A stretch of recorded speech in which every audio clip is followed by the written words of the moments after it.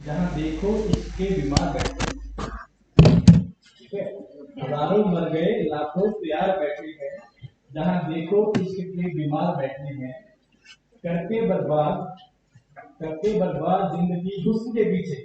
अब ऐसा नहीं कि हुस्न लड़कियां लड़के दोनों, करते बर्बाद जिंदगी हुस्न के पीछे, फिर कहते हैं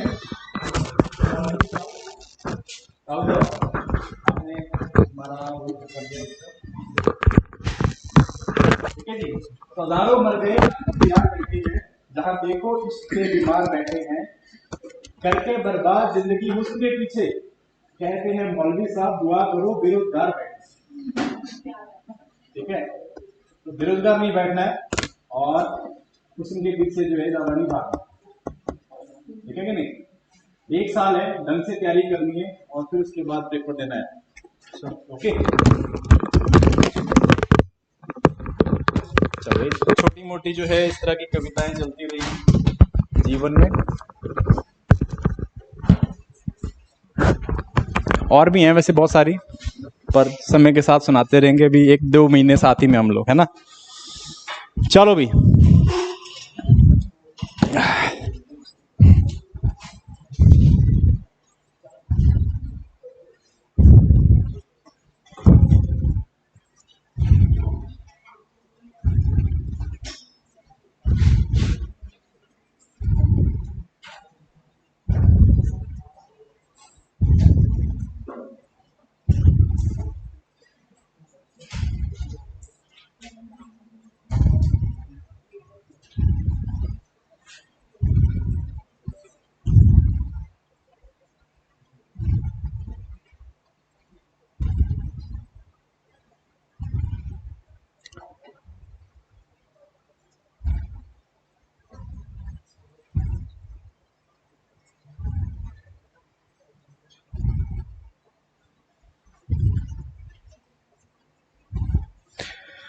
ओके। सो आज से जो है ज्योग्राफी का सफर हम लोग स्टार्ट करते हैं भाई, है ना।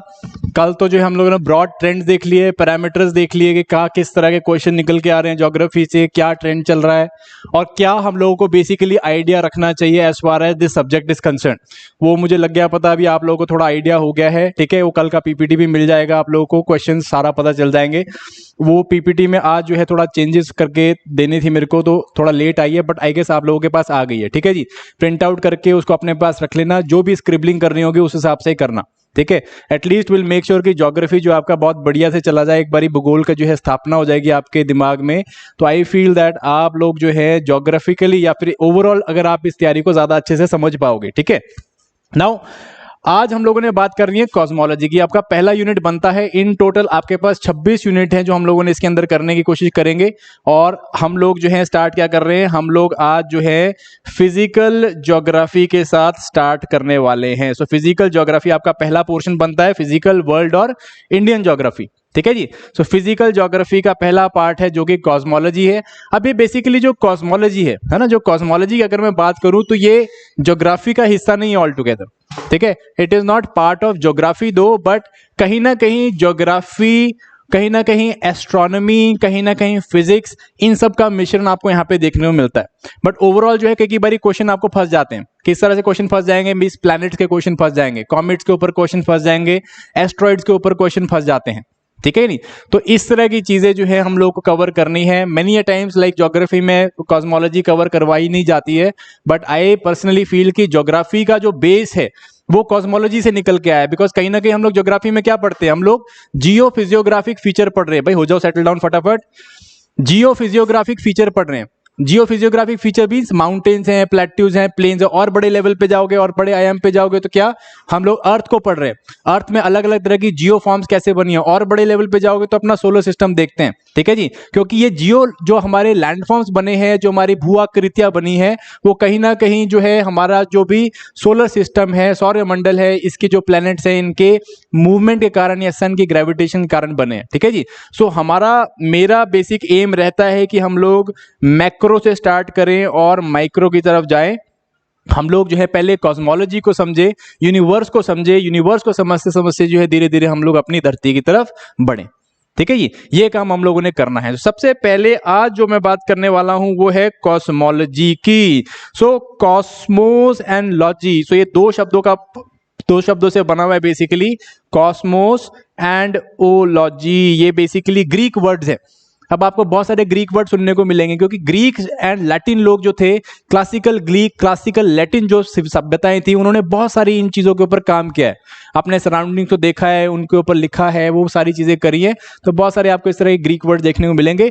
बहरहाल कॉस्मोलॉजी जो है, it is made up of this Greek word called as cosmos. Cosmos का मतलब क्या होता है, बेसिकली नोन यूनिवर्स। क्या मतलब है, नोन यूनिवर्स मीन्स जो यूनिवर्स हम लोगों को पता है। ठीक है जी। एंड ओलॉजी का मतलब क्या होता है, basically it is the study of, ठीक है जी, ऑर्गेनाइज्ड स्टडी ऑफ यूनिवर्स। हम लोग यहाँ पे क्या जानते हैं, हम लोग यहाँ पे ब्रह्मांड के बारे में जो है जानने की कोशिश करते हैं। अब ब्रह्मांड से एक बात आती है कि ब्रह्मांड में क्या जानने की कोशिश करते हैं हम लोग। ठीक है जी, अगर मैं बोलता हूं कि ये स्टडी है ब्रह्मांड की, कॉस्मोस की स्टडी है, तो इसमें हम क्या जानने की कोशिश करते हैं। 3 हमारे सवाल हैं जहां पे, जिनको हम लोग यहाँ पे आंसर करते हैं। कितने सवाल, 3 सवाल है बेसिकली। ठीक है जी। पहला सवाल है कि भाई ये जो ब्रह्मांड है इसकी उत्पत्ति कैसे हुई, how this universe came into being. ठीक है जी, हम लोग कंटेम्पलेट करते हैं ओरिजिन कि भाई ये ब्रह्मांड कैसे बना। ठीक है जी। दूसरा सवाल, बना तो ठीक है, बट बनने के बाद जो है आज की ये जो प्रेजेंट स्टेट हम लोग देख रहे हैं हमारे यूनिवर्स की, हमारे ब्रह्मांड की, वो कैसे निकल के आई, how the present state of our universe came into being. समझ रहे हो बात को, प्रेजेंट स्टेट कैसे निकल के आई, ये हम लोग देखते हैं। और तीसरी चीज जो हम लोग यहां पे देखते हैं, third and very most important चीज, कि यूनिवर्स कहां पे जा रहा है, किस तरह का इसका जो है एंड होगा। किसी चीज की शुरुआत हुई थी, उसका अंत तो होगा। ठीक है जी, तो ये अंत किस तरह का होगा, हमारे ब्रह्मांड का अंत किस तरह से होगा, और हम उस अंत में कहां पे होंगे। ठीक है कि नहीं, 3 बड़े ही बेसिक सवाल है। अब आपको कुछ सवालों का जवाब तो पता है, कुछ सवालों का जवाब जो है विज्ञान ने दे दिया है।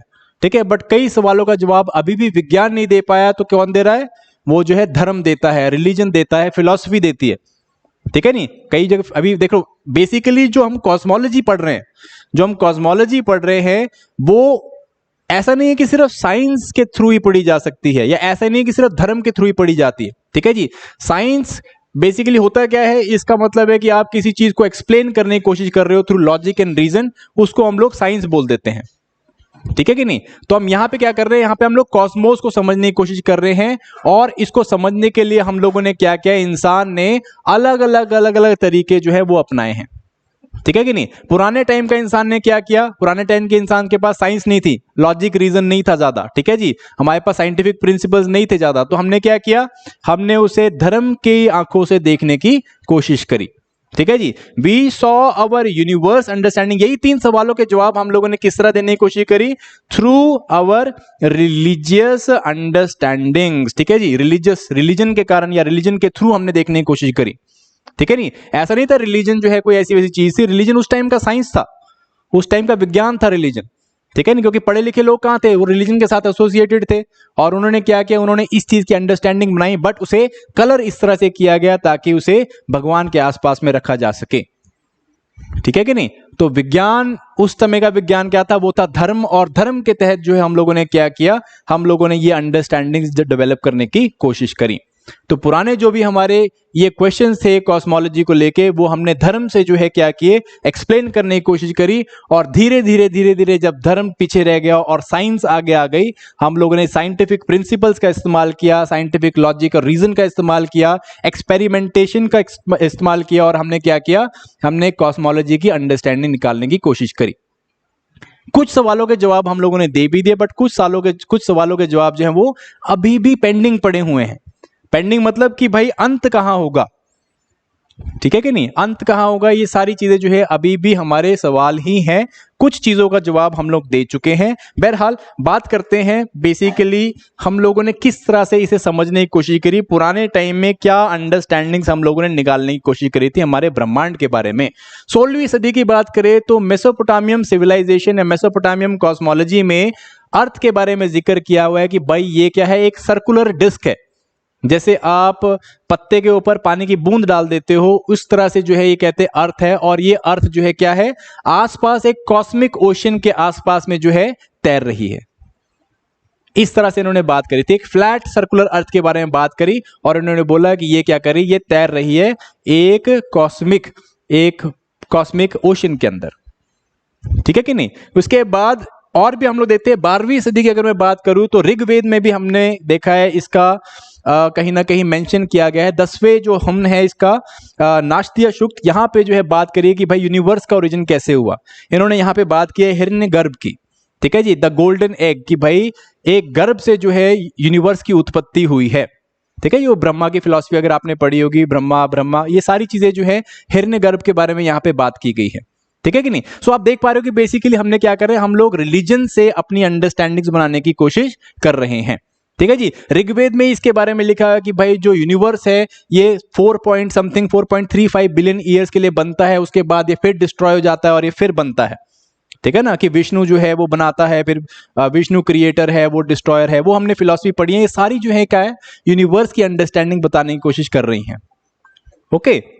सिमिलरली 6th सेंचुरी बीसी में बेबीलोनियन कॉस्मोलॉजी ने भी जो है अर्थ की थ्योरी के बारे में बात करी है, ठीक है जी। ये लोग भी क्या बोलते हैं, ये लोग भी बोलते हैं बेसिकली अर्थ को सर्कुलर मानते हैं, और आसपास जो है ये बोलते हैं एक कॉस्मिक केओस है, जिसके बारे में हम समझ सकते हैं, जहां पे तारे, चांद, सूरज, ये सारी चीजें आपको देखने को मिलती हैं, ठीक है कि नहीं। सो हम लोग ओवरऑल जो है क्या बात करते हैं, ओवरऑल हम लोग देख रहे हैं कि हम लोगों ने इस तरह की बहुत सारी जो है फिलॉसफीज देखी हुई हैं, ठीक है। एक सेकंड, किसी के मैसेज आए हैं, हाँ जी गाइस क्या बोल रहे हो, एक सेकंड गाइस, इनके मैसेज ले लूं।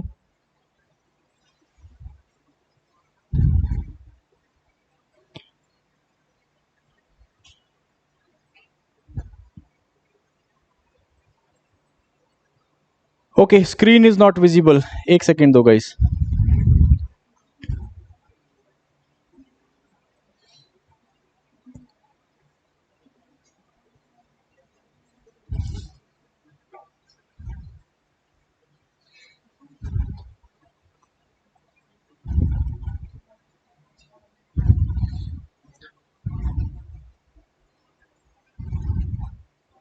ओके, अब दिख रही होगी,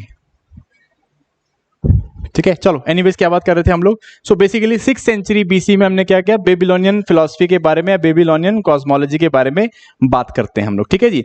देन उसके बाद जो है मेन काम यहाँ पे हम लोगों ने कहाँ पे देखा, मेन काम यहाँ पे हम लोगों ने देखा है इन दी एंशिएंट ग्रीक सिविलाइजेशंस, ठीक है जी। यहाँ पे जो है क्या आता है, एरिस्टोटलिन या एरिस्टोटल की जो बेसिकली फिलॉसफी है, या फिर आपका एरिस्टोटल के बाद जो है प्लेटो पहले आया, उसके बाद एरिस्टोटल आया, इनकी फिलॉसफी हम लोगों ने देखी है। ठीक है जी। एक सेकेंड तो मेरी पीपीटी क्रैश कर गई है, गिव मी 1 सेकेंड।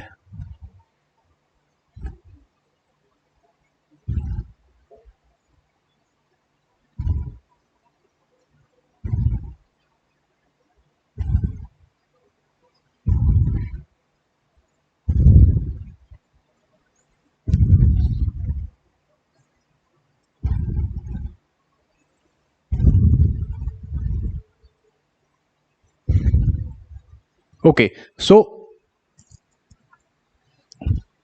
ठीक है, 16th century, 12th century, 6th century, then 4th century में आते आते हम लोगों ने क्या किया, हमने प्लेटो, एरिस्टोटल जैसे जो है थिंकर्स के बारे में बात करी, और इन्होंने जो है क्या बोला, इन्होंने बेसिकली अर्थ को एक स्टेशनरी सेलेस्टियल बॉडी माना, और ये बोला कि ये जो है क्या है, यूनिवर्स के सेंटर में है, this is at the centre of the universe, और बाकी सारी बॉडी जो है वो क्या कर रही है, इसके आसपास में रिवॉल्व कर रही हैं। ठीक है कि नहीं। So basically this Plato and Aristotle पहले स्टार्ट हुआ एनेक्सीमेंडर से, एनेक्सीमेंडर के बाद आया प्लेटो के पास आया एरिस्टोटल से। यहाँ पे क्या बोलते हैं कि अर्थ जो है वो क्या है, वो सेंटर ऑफ द यूनिवर्स है, और बाकी सारी चीजें जो है इसके आसपास में, चांद तारे सूरज, ये सारी जो है इसके आसपास में क्या कर रहे हैं, रिवॉल्व कर रहे हैं। ठीक है कि नहीं। इसी के साथ एक काउंटर फिलॉसफी भी स्टार्ट हुई, दिस वॉज कॉल्ड एज, इसको हम लोगों ने इस फिलॉसफी को क्या बोला, ये फिलॉसफी बाद में क्या हुई, इसके धीरे धीरे जो है इसने रूप लिया, कॉल्ड एज जियोसेंट्रिसिज्म का। ठीक है जी। ये जो थ्योरी थी ये बनी जियोसेंट्रिसिज्म। जियोसेंट्रिसिज्म मतलब कि जो यूनिवर्स का सेंटर है वो क्या चीज है, वो हमारी अर्थ है, हमारा अर्थ जो है यूनिवर्स का सेंटर है, और बाकी सारी सेलेस्टियल बॉडीज के आसपास में रिवॉल्व कर रही हैं। ठीक है कि नहीं। ये थ्योरी को जिन्होंने सॉलिडिफाई किया था वो थे ये इंसान, इन्होंने जो है, इनका नाम था क्लॉडमियस टॉल्मी, एंड सिंपली इन्हें टॉल्मी बोलते हैं। टॉल्मी जो है, इन्होंने एक किताब लिखी, सीरीज ऑफ किताब लिखी, कॉल्ड एज एल्मागेस्ट। ठीक है जी। एल्मागेस्ट में ये जो है ये बात करते हैं कि भाई अर्थ जो है वो यूनिवर्स के सेंटर में है, और बाकी सारी बॉडी जो है वो इसके आसपास में, जैसे मून हो गया, सन हो गए, वो जो है इसके आसपास पे एक सर्कुलर ऑर्बिट में इसके आसपास में रिवॉल्व कर रहे हैं। ठीक है जी। इन्होंने अर्थ को जो है एक काफी अच्छा जो ब्रेक थ्रू इन्होंने दिया वो था कि इन्होंने अर्थ को एक स्फीयर माना। ठीक है जी। अर्थ को एक स्फीयर माना, और इन्होंने बोला, सिंपली इन्होंने अर्थ को स्फीयर क्यों बोला, इन्होंने बोला क्योंकि हम लोग जो है एक टाइम में सिर्फ आधे ही जो है स्टार्स देख पाते हैं। ठीक है जी। आपको जो है आधे टाइम सिर्फ 12 घंटे ही सूरज दिखता है, और 12 घंटे सूरज नहीं दिखता। ठीक है। तो मतलब क्या है कि 12 घंटे वो अपने होराइजन से नीचे रहता होगा। ठीक है कि नहीं। अगर एक इंसान यहाँ पे खड़ा है, तो अगर ये एक्स स्टार है तो ये 12 घंटे ही स्टार को देख सकता है, उसके बाद 12 घंटे जो है वो स्टार को नहीं देख पाता है। ठीक है। इस आइडिया से उन्होंने बेसिकली ये बताया कि भाई हमारा अर्थ जो है वो स्फेरिकल है, स्फीयर है एक, और आसपास जितनी भी सेलेस्टियल बॉडीज है ये इसके आसपास में रिवॉल्व कर रही हैं। ठीक है कि नहीं। सो ये बेसिकली जो थ्योरी बनी ये थी जियोसेंट्रिक या थ्योरी, या सिंपली इसे हम जियोसेंट्रिसिज्म बोल देते हैं। ठीक है जी। और आप लोग सब लोगों को पता है अभी कि ये थ्योरी क्या है, गलत है कि नहीं, गलत है कि नहीं है। सो ये थ्योरी जो है बेसिकली गलत है, बट 140 एडी में जो है ये थ्योरी दी गई थी, और अगले 1400 सालों तक इस थ्योरी को सच माना गया। ठीक है कि नहीं। क्यों इसे सच माना गया, बिकॉज ये चर्च के जो फिलॉसफी थी उसके साथ बहुत ज्यादा मेल खाती थी। ठीक है। उस टाइम पे क्या था, उस टाइम पे यूरोप में बेसिकली क्रिश्चियनिटी का राज जो है वो धीरे धीरे स्थापित हो रहा था, और क्रिश्चियनिटी जो है अपने पैर पसार रही थी। और आपको पता है क्रिश्चियनिटी के बेसिक टेनेट्स क्या बोलते हैं, वो बोलते हैं कि भगवान ने जो है क्या बनाया, धरती बनाई, और एडम और ईव को एक गार्डन बनाया, और एडम और ईव को उसके ऊपर छोड़ दिया।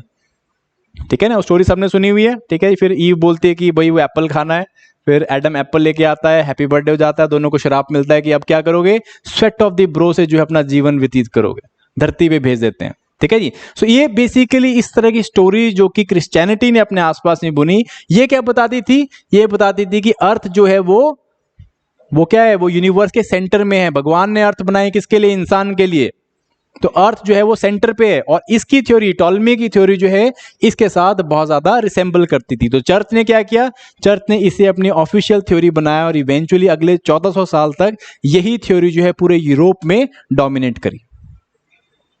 ठीक है कि नहीं। बट जैसे हम लोग देखते हैं भाई कि जो भी थ्योरी होता है, जो भी हम लोग आइडिया देता है उसका एंटी आइडिया निकलता है, जो भी हम लोग थ्योरी देते हैं उसकी एक एंटी थ्योरी निकलती कि नहीं। ऑब्वियस ही बात है, अगर मैं आपको कोई एक व्यू पॉइंट बोलूंगा, आपका उसी टाइम दूसरा व्यू पॉइंट बन जाएगा, 4-5 लोग लेके बैठेंगे वो व्यू पॉइंट।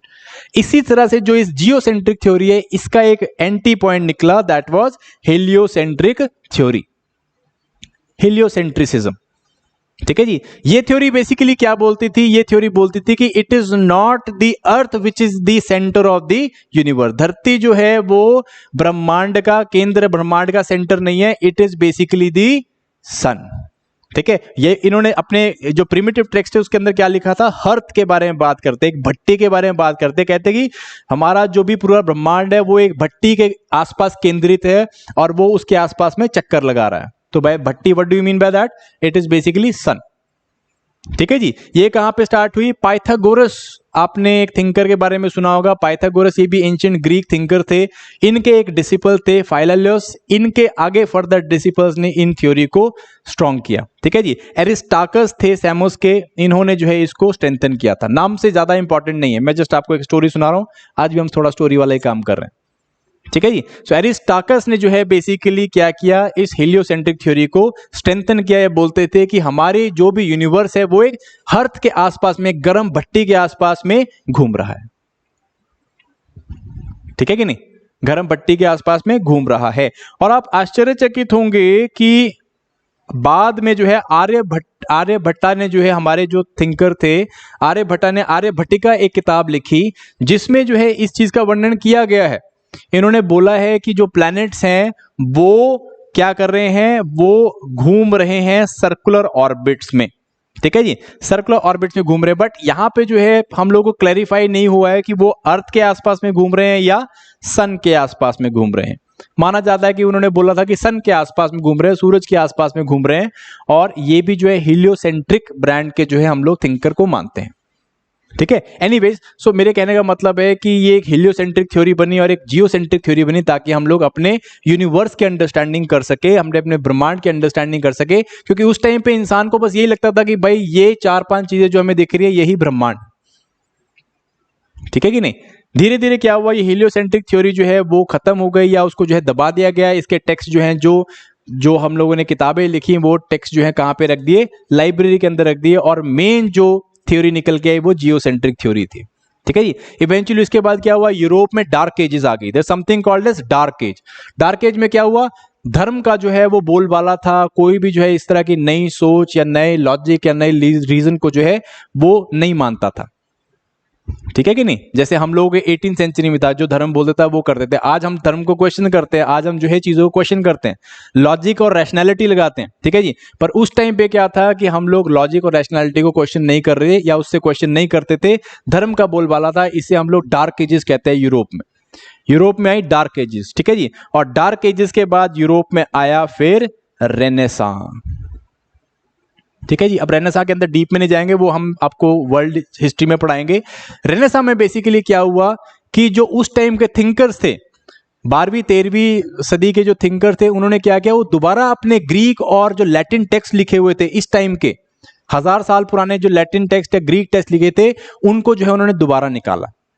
ठीक है जी। उनको दोबारा निकाला और उनको जो है क्या किया, इन थ्योरीज को दोबारा से बाहर निकाला गया और वहां से निकली ये हेलियोसेंट्रिक थ्योरी। ठीक है जी। ये हेलियोसेंट्रिक थ्योरी को लेके आने वाले थे ये इंसान, इनका नाम था कोपरनिकस। कोपरनिकस ने क्या किया, इन्होंने जो है पुराने एंशिएंट टेक्स्ट पढ़े, ठीक है, जहां पे हेलियोसेंट्रिक थ्योरी के बारे में बात किया हुआ था, और इन्होंने एक किताब लिखी कॉल्ड एज डे रेवोल्यूशनबस ऑर्बियम कलीसियम। इस किताब के अंदर इन्होंने जिक्र किया कि नहीं भाई, it is not the earth which is the centre of the universe, but जो सन है वो सेंटर ऑफ द यूनिवर्स है, और आसपास जो भी प्लैनेट्स हैं वो एक सर्कुलर पाथ में सन के आसपास में चक्कर लगा रहे हैं, which includes our earth and our moon. तो बेसिकली इनकी थ्योरी भी गलत थी, but it was a progressive theory. ठीक है, कहीं ना कहीं क्या थी, प्रोग्रेसिव थी। उन्होंने देखा कि भाई ये चीज जो है हम लोगों ने देखा मतलब कि ये कंपैरेटिवली सही जा रहे हैं as compare to geocentric theory, ठीक है कि नहीं। बट हुआ क्या, उस टाइम पे चर्च जो है वो बहुत ही ज्यादा क्या था, इन आइडियाज को लेके इनके खिलाफ था, ठीक है। ये चर्च ने जो है क्रैकडाउन स्टार्ट किया था कि भाई इस जैसे थिंकर जो कि हमारी फिलॉसफी को गलत बताते हैं, इन लोगों को हम लोगों को नहीं छोड़ना है, ठीक है। एनीवेज, जो आपके कॉपरनिकस थे, जब उन्होंने ये किताब लिखी, जब तक वो किताब फेमस हुई तब तक ये अपने डेथ बेड पे थे, मरने वाले थे, ठीक है जी। आधा जो है वही एक टांग केले के छिलके पे, एक टांग कबर पे टाइप, तो उस तरह से थे, मरने वाले थे। एंड इनकी किताब ज्यादा फेमस हुई नहीं उस टाइम पे, और चर्च ने बोला कि ये मर रहा है तो इसको अब क्या सजा देनी है। इवेंचुअली ही डाइड, बट इसकी किताब जो है और बहुत अच्छे हाथों में गई। एक बहुत अच्छे हाथ जिसके पास ये किताब गई, ही वॉज गैलीलियो, ठीक है जी। इस इंसान के पास, his name was Galileo Galilei, ठीक है जी। गैलीलियो ने क्या किया, बेसिकली गैलीलियो ने इस किताब को पढ़ा और उसे लगा कि कॉपरनिकस जो है वो बिल्कुल सही बात कर रहा है, ठीक है कि नहीं। कॉपरनिकस बिल्कुल सही बात कर रहा है कि जो सन है वो सेंटर में है, नॉट दी अर्थ, ठीक है। और इसने क्या किया, इसने जियोसेंट्रिसिज्म के ऊपर जो है इसका क्रिटिसिज्म लिखना स्टार्ट कर दिया और हेलियोसेंट्रिसिज्म को प्रमोट करना स्टार्ट कर दिया, ठीक है जी। अब चर्च को समझ में आ गया था, अब बहुत हो गया कि भाई अब जो है इस चीज को क्या करना है, अपने को इस चीज को हम लोगों को किसी ना किसी तरह रोकने की कोशिश करनी है। सो इवेंचुअली क्या हुआ, गैलीलियो को बोला गया कि आप जो है इसके ऊपर ना लिखो, ठीक है। आप जो है हेलियोसेंट्रिज्म को प्रमोट ना करो, अगर करोगे तो आपको जो है सजा दी जाएगी। तो इस टाइम पे क्या होता था, चर्च जो है बेसिकली क्या करता था, चर्च जो है वो बड़ी ही क्रूअल फॉर्म ऑफ पनिशमेंट देता था, ठीक है जी।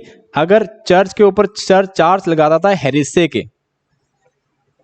हेरेसी के चार्ज मींस जो है अगर जो धर्म का जो है अवेलना करना, इसका जो है चार्ज लगा देते और बड़ी बुरी लेवल की पनिशमेंट देते, जिंदा जला देना एग्जाम्पल, ठीक है जी। इंसान को खड़ा करते थे, लकड़ी में बांधते थे, नीचे लकड़ी लगा देते, आग लगा देते,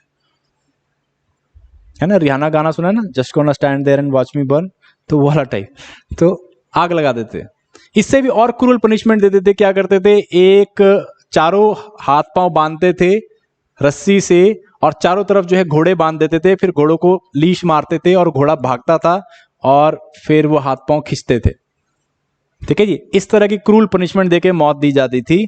सो उस टाइम पे गैलीलियो को बोला गया कि बंद हो जा, नहीं तो ये तेरे पे जो है हेरेसी के चार्ज लगाएंगे, ठीक है कि नहीं। तो इवेंचुअली गैलीलियो ने उस टाइम बंद कर दिया, बट गैलीलियो के अंदर का जो इंसान है या साइंटिस्ट है वो मरा नहीं था। He is one of the great person, आगे बताऊंगा अभी। इन्होंने एक किताब लिखी called as the dialogue concerning two chief world systems.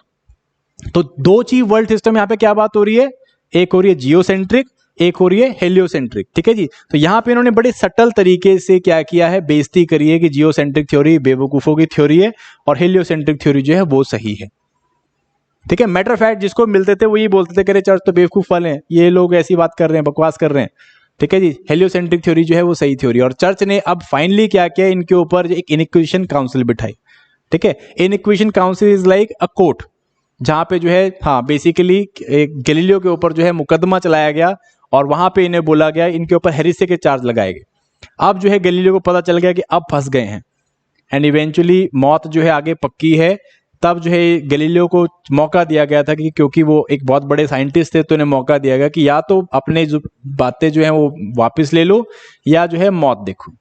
तो गैलीलियो ने क्या बोला, कह रहा नहीं मैं पागल था, मैं तो ऐसे ही बोल रहा था, जियोसेंट्रिक थ्योरी वो बहुत बढ़िया है, ठीक है जी। Eventually he came out and he said that geocentric theory is the right theory. But eventually इस इनक्विजिशन काउंसिल में क्या हुआ, इनको सजा दी गई, दो तीन चीजों की सजा दी गई थी। पहली चीज थी कि इनसे इनका एक बहुत इंपॉर्टेंट इक्विपमेंट जो है वो छीन लिया गया था, ठीक है जी। 1609 के आसपास में एक यंत्र डिस्कवर हुआ जिससे कि गैलीलियो ने कॉपरनिकस की ऑब्जर्वेशंस को प्रूव करके दिखाया था, ये था टेलीस्कोप, ठीक है जी। इस टाइम पे इन्होंने टेलीस्कोप नहीं डिस्कवर किया, टेलीस्कोप जो है वो वॉर के लिए डिस्कवर हुआ था। हम लोग जनरली नई चीजें वॉर के लिए डिस्कवर करते हैं, टेलीस्कोप जो है वॉर के लिए डिस्कवर हुआ था, देखने ताक झाक करने के लिए कि भाई दुश्मन की आर्मी क्या कर रही, या पड़ोसी क्या कर रहा टाइप, है ना। तो इस चीज के लिए डिस्कवर किया गया था। बट इसको आसमान की तरफ घुमाने वाले सबसे पहले व्यक्ति कौन थे? वो थे गैलीलियो। गैलीलियो ने क्या किया, आसमान की तरफ घुमाया और जो इन्होंने देखा वो सारी की सारी चीजें जो है कोपरनिकस की थ्योरी के साथ मेल खा रही थी। इन्होंने जो है जुपिटर के मून्स देखे, जुपिटर तक जो है टेलीस्कोप देख पा रहे थे, तो वहां पे इन्होंने क्या देखे, जुपिटर के मून्स देखे, 4 मून्स को देखा था। उन्होंने देखा कि ये जुपिटर के मून्स जो है वो तो जुपिटर के आसपास में चक्कर लगा रहे हैं और बेसिकली उसके आसपास नहीं, धरती के आसपास चक्कर लगा रहे हैं, जुपिटर के आसपास में चक्कर लगा रहे हैं। ठीक है जी। इन्होंने वीनस के फेज देखे, इन्होंने मून के फेज देखे। ये सब चीजें जो है प्रूफ कर रही थी कि जो जियोसेंट्रिक थ्योरी है वो खराब थी। ठीक है जी। बहरहाल जो इनिक्वेशन काउंसिल है वहां पे बैठे, उन्हें पता था कि ये जो टेलीस्कोप है इसके पास ये बहुत खतरनाक यंत्र है, ये बार बार जो है कोई ना कोई इस तरह की डिस्कवरी करके लेके आएंगे। तो इनको सजा दी गई। 2 चीजें बोली गई। पहली बात इन्हें बोली गई कि ये जो है कभी अपने घर से बाहर नहीं निकल सकते। ठीक है। तो इनको जो है अगली पूरी जन्म के लिए या पूरे उसके अपने बची हुई जिंदगी के लिए क्या किया, नजरबंद कर दिया था। He was suppose to live in his home only. Second, he was not to be using the telescope. Telescope जो है उसको यूज नहीं कर सकते थे अब। एंड इवेंचुअली सारी मतलब ऑलमोस्ट आधे पागल हो चुके थे, घर पे रहते थे, सारा दिन जो है ऐसे घूमते थे एंड टेलीस्कोप यूज नहीं कर सकते थे। ठीक है जी। बट वो होता है ना कि भाई एक साइंटिस्ट जो है वो साइंटिस्ट ही रहता है, नो मैटर उससे इक्विपमेंट छीन ले जाए। इवेंचुअली इन्होंने क्या किया, अपना ध्यान जो है कहीं और लगाया। इन्होंने जो है मैकेनिक्स में लगाया। इन्होंने जो है लॉ ऑफ मोशन लेके आए, not law of motion, basically law of जो आपका 2 डायमेंशनल मोशन है, इनके ऊपर इन्होंने काम किया। That's why is also called as father of modern physics, father of modern science and father of scientific method also. ठीक है जी। जो 2D में जो आपका स्पीड, वेलोसिटी, टाइम, जो हम डिस्टेंस, जो मोशन की बात करते हैं, मोशन के जितने भी या फिर हम लोग मैकेनिक्स देखते हैं, तो मैकेनिक्स के बहुत सारे लॉज इन्होंने डिस्कवर किए। ठीक है कि नहीं। बहरहाल मेरे कहने का मतलब है कि क्या हुआ कि यहाँ पे हम लोगों ने देखा कि इन्होंने हेलियोसेंट्रिक थ्योरी को जो है वो बोला कि this is the right theory. ठीक है। उसके बाद आए ये महानुभाव, इनका नाम था जोहानस केपलर। ठीक है। अब देखो धीरे धीरे आपको जो है जो कॉस्मोलॉजिकल अंडरस्टैंडिंग है वो कहां से कहां जा रही है, वो रिलीजन से निकल के कहां पे जा रही है, साइंस की तरफ को जा रही है। ठीक है जी। अब आए केपलर, जोहानस केपलर। ये जो है एक फिजिसिस्ट भी थे, मैथमेटिशियन भी थे, और ही वाज द पर्सन जिसने एस्ट्रोनॉमी की शादी जो है मैथमेटिक्स और फिजिक्स से करवाई। ठीक है। He was the person who could observe things and find out their mathematical and physical equations. ठीक है कि नहीं। और इन्होंने बोला कि इवन कोपरनिकस भी गलत था। ठीक है। इन्होंने बोला कि कोई भी जो प्लैनेट है वो सन के आसपास में रिवॉल्व कर रहा है, बट वो सर्कुलर ऑर्बिट में नहीं होगा, वो इलिप्टिकल ऑर्बिट में होगा। ठीक है जी। Which was famously called as the Kepler laws of planetary motion. इन्होंने जो है ये लॉज दिए, Kepler laws of planetary motion, जहां पे इन्होंने बोला कि जो प्लैनेट है वो इलिप्टिकल पाथ में जो है सन के आसपास में रिवॉल्व करेंगे। प्लस इन्होंने ये भी बोला, दूसरी चीज इन्होंने बोला कि सन जो है वो यूनिवर्स का सेंटर नहीं है। सन जो है वो यूनिवर्स का सेंटर नहीं है। सन जो है वो बेसिकली सिर्फ हमारे सोलर सिस्टम का सेंटर है। कुछ जो है प्लैनेट इसके आसपास में घूम रहे हैं, इसके अलावा जो है बाकी यूनिवर्स में और बहुत कुछ है। बट उस टाइम तक उतने स्ट्रांग हमारे पास टेलीस्कोप नहीं थे कि हम देख सके और क्या। ठीक है कि नहीं। तो यहां से जो है धीरे धीरे हमारी जो आपकी प्रेजेंट अंडरस्टैंडिंग है वो निकल के आने लगी। ठीक है जी। केपलर को जो मैथमेटिकल फॉर्मूला, केपलर के लॉज का जो मैथमेटिकल फॉर्मूला वो किसने दिया, सर आइजैक न्यूटन ने दिया। ठीक है। न्यूटन ने जो है इसके मैथमेटिकल प्रूफ लेके आया एंड विच इवेंचुअली प्रूफ कि केपलर बिल्कुल सही बोल रहा था। ठीक है जी। इस टाइम तक चर्च का जो है दबदबा वो कम हो गया था, बहुत सारे लोग चर्च से बाहर निकलना चाहते थे और पूरे जो है यूरोप में प्रोटेस्टेंट लहर दौड़ रखी थी। धीरे धीरे क्या हुआ, इसकी थ्योरी को जो है वैलिडेट कर दिया गया ताकि चर्च को उसकी पावर को कम किया जा सके।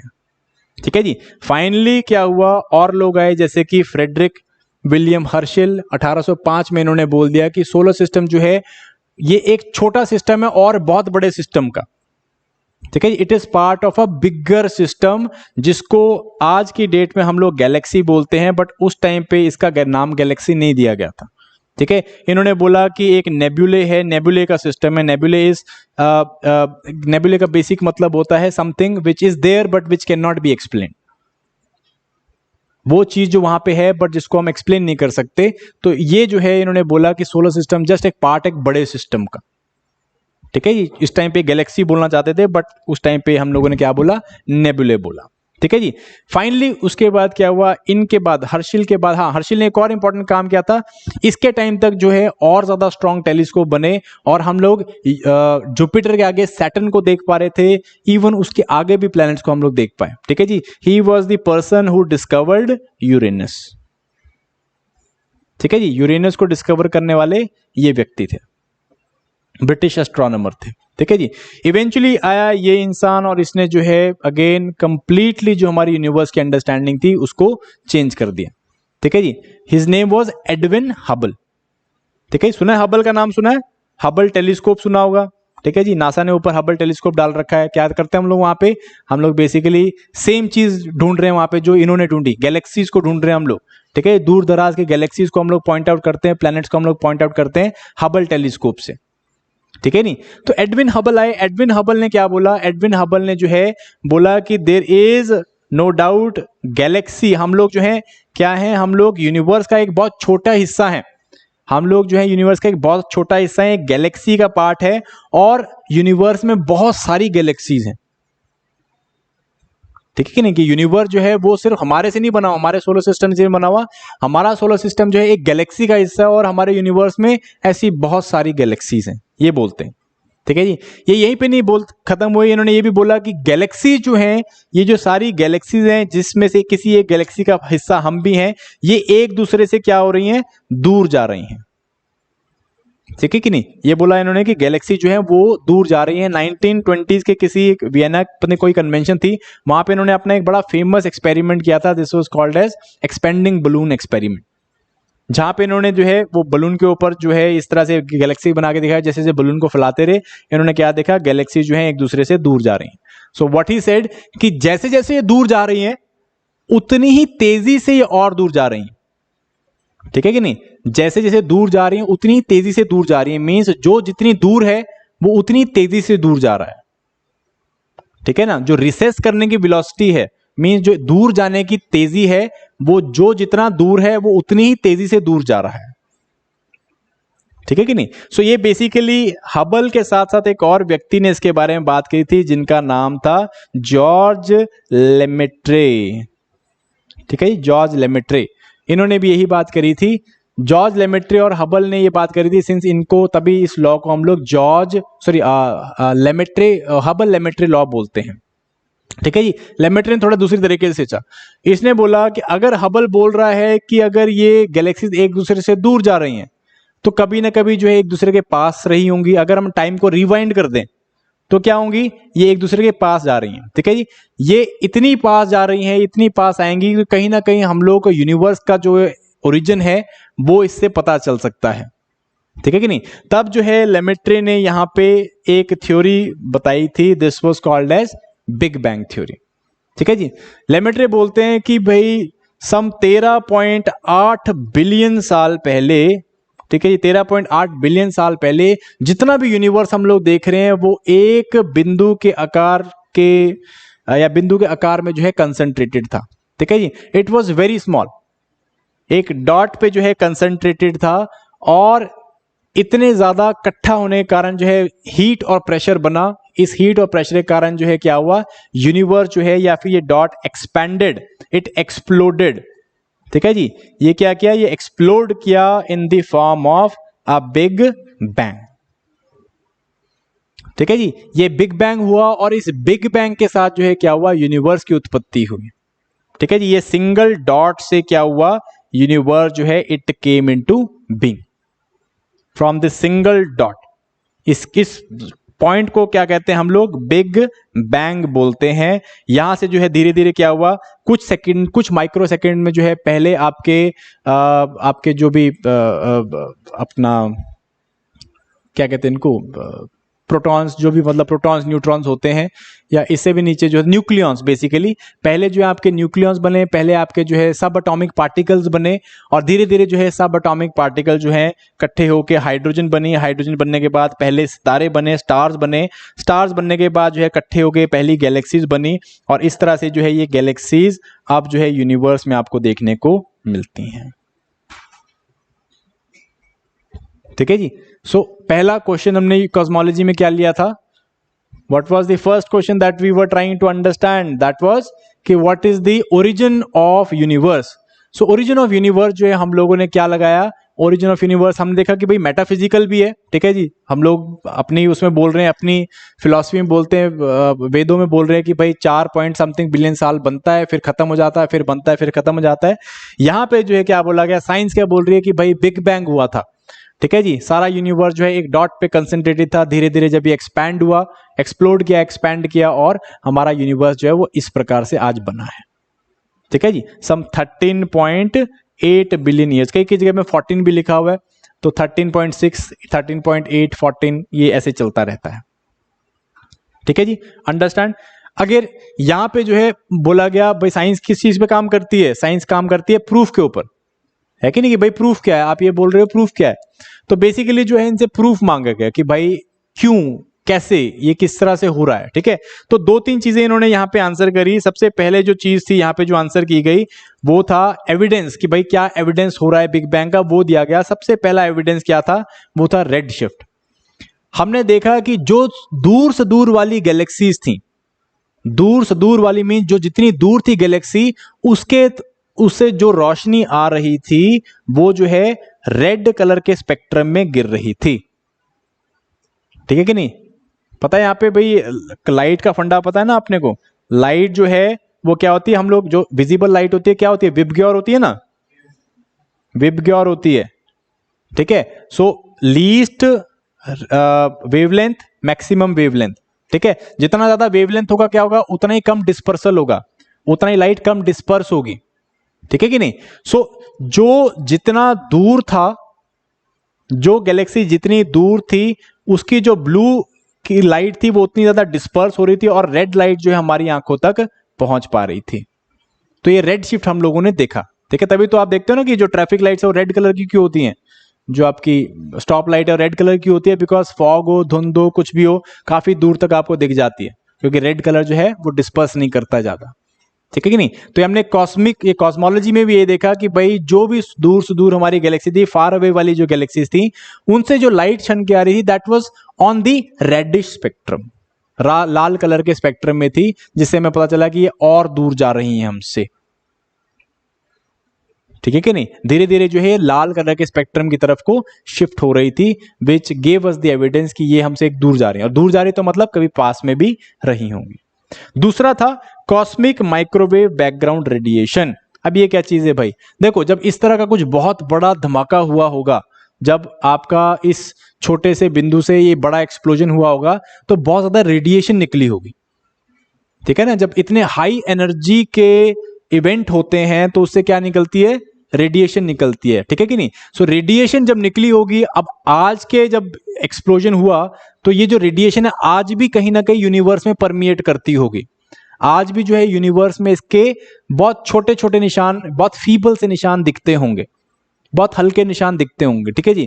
तो हमने क्या किया, हमने 1960 के आसपास में आते आते इतने स्ट्रॉन्ग टेलीस्कोप बना दिए जो विजिबल स्पेक्ट्रम से भी दूर देख सकते थे। हम लोग रेडियो स्पेक्ट्रम तक चले गए, हमने वहां पे देखा कि हमने इस तरह की कॉस्मिक बैकग्राउंड रेडिएशन खोज के निकाली, ठीक है जी। 1960s के आसपास तक आते आते इस तरह की कॉस्मिक माइक्रोवेव बैकग्राउंड रेडिएशन हम लोगों ने निकाली, जो कि प्रूफ था कि कहीं ना कहीं बिग बैंग हुआ है, तभी इस तरह की रेडिएशन सारे यूनिवर्स पे आपको देखने को मिल रही है, ठीक है कि नहीं। अंडरस्टूड। सो ये जो था, this was basically how universe came into being, how it originated according to science, it originated through big bang, ठीक है। 13 point some billion years ago sorry ये एक्सप्लोजन हुआ, धीरे धीरे जो है क्या हुआ, हमारा यूनिवर्स की उत्पत्ति हुई। अंडरस्टूड। सो पहला क्वेश्चन हम लोगों ने यहां पे एक्सप्लेन किया, दैट वाज कि how universe came into being. अभी हम लोग सेकंड क्वेश्चन के ऊपर चलते कि प्रेजेंट स्टेट में हमें क्या मिल रहा है यूनिवर्स के अंदर, ठीक है जी, और हम उस यूनिवर्स में कहाँ पे आ रखे हैं। ठीक है, बहरहाल यही एक थ्योरी नहीं है, ये दो सबसे ज्यादा एक्लेम्ड थ्योरी है, सबसे ज्यादा मानी गई थ्योरी यही है कि बिग बैंग हुआ था। बट और भी बहुत सारी थ्योरीज हैं, कुछ कहती हैं कि भाई जैसे कि पल्सेटिंग ऑस्किलेटिंग यूनिवर्स है, कि भाई यूनिवर्स कंटिन्यूसली एक्सपैंड करता है, कंटिन्यूसली कॉन्ट्रैक्ट करता है, एक्सपैंड करता है, कॉन्ट्रैक्ट करता है। ठीक है जी, कुछ कहते हैं स्टेडी स्टेट में कि भाई कुछ नहीं हो रहा, जस्ट थोड़ा सा एक्सपेंशन कॉन्ट्रैक्शन हो रहा है, जैसे स्ट्रिंग्स नाचते हैं इस तरह से हो रहा है। बट इन थ्योरीज के ऊपर हम लोग नहीं जा रहे हैं। ठीक है, अपन एनसीईआरटी वाली थ्योरीज के ऊपर ही रह रहे हैं। ओके, सो बिग बैंग हुआ था। एनीवेज, सो ये छोटा सा वीडियो है आप लोगों के लिए, अभी नहीं देखेंगे, आप जाके घर पे जाके क्लिक कर लेना, you can find this video and आराम से देखना। सारा बिग बैंग का प्रोसीजर बताया हुआ है, विच इज नॉट इंपॉर्टेंट। ठीक है कि नहीं, कि पहले माइक्रो सेकंड में क्या बने, ग्लूऑन्स बने, लेप्टॉन्स बने, ठीक है जी, मैटर एंटी मैटर बना, वो हम लोगों के लिए इंपॉर्टेंट नहीं। अंडरस्टूड, अपन को इतना ही इंपॉर्टेंट था। सेकेंड चीज जो अब अपने को देखने की है, that is the present state of the universe. जो हमारा प्रेजेंट स्टेट है यूनिवर्स का, नाउ जो प्रेजेंट स्टेट है हमारा, it consist of different type of या डिफरेंट एस्पेक्ट्स, बहुत सारे एस्पेक्ट्स आपको देखने को मिलते हैं। ठीक है जी, अगर मैं अपने यूनिवर्स को अगर मैं ऑर्गेनिज्म के साथ इसकी मैं एनालॉजी निकालूं, ठीक है कि नहीं, तो यूनिवर्स जो है वो ऑर्गेनिज्म है ना, तो ऑर्गेनिज्म किसका बना है, वो ऑर्गन सिस्टम्स का बना है, अलग अलग ऑर्गन सिस्टम्स का बना है। सिमिलरली जो यूनिवर्स है वो किसका बने हुए हैं, वो गैलेक्सीज के बने हुए हैं। बहुत सारी यहां पे आपको देखने में मिलती हैं गैलेक्सीज। ठीक है कि नहीं। अब ये गैलेक्सी क्या चीज है, galaxy is nothing but it is congregation of stars, बहुत सारे तारों का जमावड़ा है। ठीक है कि नहीं, बहुत सारे तारों का जमावड़ा है। तब जमावड़ा मीन्स इन द सेंस कि they are close to each other. ये जो तारे हैं ये एक दूसरे के साथ जो है किसी न किसी फॉर्म में, किसी न किसी शेप में जो है ये एक साथ आ रखे हैं। और ये साथ में आने का जो रीजन क्या है, it is basically the gravity. ठीक है कि नहीं, कहा जाता है कि हमारे यूनिवर्स में there can be around 100 billion galaxies, 100 billion के आसपास में जो है गैलेक्सीज हो सकती हैं। इतनी गैलेक्सीज के बारे में हम लोग बात कर रहे हैं। ठीक है कि नहीं। एनीवेज, सो गैलेक्सीज जो है, इसके नीचे अगर ऑर्गन सिस्टम से, ऑर्गन सिस्टम के नीचे क्या मिलेंगे आपको, बेसिकली लेट अस से टिश्यूज मिलते हैं, है कि नहीं। सो गैलेक्सीज के नीचे आपको क्या मिलते हैं, गैलेक्सीज के नीचे मिलते हैं आपको कॉन्स्टेलेशन, स्टार्स के जो है अलग अलग सिस्टम्स। ठीक है कि नहीं, जैसे कि आपका सिंपली कॉन्स्टेलेशन का कोई एग्जांपल दे दो, जैसे उर्सा मेजर है आपका, सप्तऋषि से हम बोलते हैं। ठीक है, 4 स्टार जो हैं इस तरह से कप फॉर्म में आपको देखने को मिलते हैं, कॉन्स्टेलेशंस। ठीक है जी, और इसके नीचे जो आपका सबसे जो बेस बनता है वो क्या है, इट इज अ स्टार। ठीक है कि नहीं, अंडरस्टूड। सो इस तरह से हम लोग एनालॉजी निकाल सकते हैं ऑर्गेनिज्म के साथ। ऑर्गेनिज्म सेल जो है मिलके टिश्यूज बनते हैं, टिश्यूज मिलके ऑर्गेनिक सिस्टम्स बनते हैं, ऑर्गन सिस्टम जो है आपका ऑर्गेनिज्म मिलता है। सिमिलरली एक स्टार जो है बेसिक यूनिट है हमारे यूनिवर्स का, और 98% जो भी यूनिवर्स का मास है, यूनिवर्स का जो भी मैटर है वो स्टार से बना हुआ है। ठीक है जी, स्टार जो है वो इकट्ठे होते हैं, कुछ आपको कॉन्फ़िगरेशन में देखते हैं, उसे हम कॉन्स्टेलेशंस बोल देते हैं। ये जो है कॉन्स्टेलेशंस, बहुत सारी कॉन्स्टेलेशन मिलके क्या बनती है, गैलेक्सीज बनती है, और बहुत सारी गैलेक्सीज मिलके हमारा नॉन यूनिवर्स बन रहा है। ठीक है कि नहीं। अभी हम लोग एक गैलेक्सीज के बारे में बात करते हैं। ठीक है, जैसे मैंने आपको बताया 100 बिलियन है। आप मानोगे हबल टेलीस्कोप जो है एक जगह पे 12 दिन तक देखते रहे, 12 डेज हबल टेलीस्कोप ने एक जगह पे कंसंट्रेट किया, वहां पे ये more than 10,000 galaxies they could find. ठीक है कि नहीं। सो ह्यूज आपको गैलेक्सीज की कांग्रेशन देख सकते हो। ये एक पिक्चर ली गई थी हबल के थ्रू, and an number of galaxies are there, 100 billion के आसपास में बोलते हैं। ठीक है जी। एनीवेज, गैलेक्सीज जो है हमारी वो 3 बेसिक प्रकार होते हैं हमारे गैलेक्सीज के। एक होता है आपका स्पाइरल गैलेक्सी, दूसरी होती है एलिप्टिकल गैलेक्सी, और तीसरी होती है आपकी इर्रेगुलर गैलेक्सी। ठीक है जी, spiral, elliptical and irregular galaxy. ठीक है जी। अब ये बेसिक गैलेक्सीज जो हैं वो क्या है, they are nothing but based on shape. जिस तरह की शेप है उस तरह से हम लोगों ने जो है गैलेक्सीज के नाम दे रखे हैं। ठीक है। और यही नहीं कि सिर्फ यही गैलेक्सीज होती हैं, और भी बड़ी तरह की होती है, रेडियो गैलेक्सीज होती है, पल्सर गैलेक्सीज होती हैं, ड्वार्फ गैलेक्सीज हो सकती हैं, बट हम लोग इन जनरल लेके चल रहे हैं जितनी अपने को समझ होनी चाहिए। ठीक है, 3 प्रकार की गैलेक्सी होती है। एक है आपकी स्पाइरल गैलेक्सी। ये जो स्पाइरल गैलेक्सी है, ऐसे ये क्या होता है, इसके जो सेंटर के आसपास में आप देखोगे यहाँ पे जो है स्टार्स का कंसंट्रेशन बहुत ज्यादा देखने को मिलेगा। ठीक है जी, इसके सेंटर में आपको स्टार का कंसंट्रेशन देखने को मिलता है, और आसपास से जो है इस तरह के स्टार्स के इस तरह के स्विरलिंग आर्म्स या स्पाइरल आर्म्स देखने को मिलते हैं। ठीक है जी, ये सारे स्टार्स हैं आपको देखने को मिलेंगे, इस तरह के स्पाइरलिंग आर्म्स बने हुए हैं। सेंटर में जो है इसका जो है मास क्या है, वो कंसंट्रेटेड होता है। ठीक है जी, जनरली ये इस तरह से क्यों होता है, सेंटर की तरफ क्यों इतना ज्यादा जो है स्टार्स का जमावड़ा होता है? इट इज बेसिकली बिकॉज यहाँ पे आपको बहुत बड़ा ब्लैक होल्स या इस तरह के बड़े बड़े ब्लैक होल्स देखने को मिलते हैं। ठीक है जी, ब्लैक होल जो है वो एंटिटी, एस्ट्रोनॉमिकल एंटिटी होती है जो कि बहुत ज्यादा गुरुत्वाकर्षण रखती है, ग्रेविटेशनल पुल रखती है। ठीक है, यहाँ पे बहुत बड़े बड़े माना जाता है, यहाँ पे बहुत बड़े बड़े जो है ब्लैक होल्स हैं, जिसके कारण जो बाकी स्टार्स है वो ग्रेविटी में खींच के अंदर की तरफ को है। ठीक है कि नहीं? सो बेसिकली इसका क्या होता है, एक सेंट्रल पॉइंट होता है। ठीक है, सिमिलरली इलिप्टिकल गैलेक्सी का भी सेम होता है। यहाँ पे भी आपको सेंटर में कंसंट्रेशन स्टार्स की दिखेगी, बट यहाँ पे कोई स्पाइरलिंग आर्म्स आपको देखने को नहीं मिलते हैं। ठीक है, and then there is irregular galaxies. Irregular galaxy में इस तरह का जो एक गैलेक्टिक सेंटर जिसे हम बोलते हैं, इस तरह के गैलेक्टिक सेंटर का एब्सेंस होता है। ठीक है जी, मल्टीपल कंसंट्रेशन होती है स्टार्स की, बट आपको इस तरह का एक गैलेक्टिक, सिंगल गैलेक्टिक सेंटर देखने को नहीं मिलेगा। ठीक है जी, अंडरस्टूड? तो ये 3 तरह की गैलेक्सी होती है। अपनी गैलेक्सी का नाम बेसिकली क्या है भाई, हमारी किस टाइप की गैलेक्सी है? It is a spiral Galaxy. ठीक है जी, हमारी गैलेक्सी भी क्या है? It's a spiral Galaxy. क्या बोलते हैं इसको हम लोग? इसको हम लोग आकाशगंगा या मिल्की वे बोलते हैं।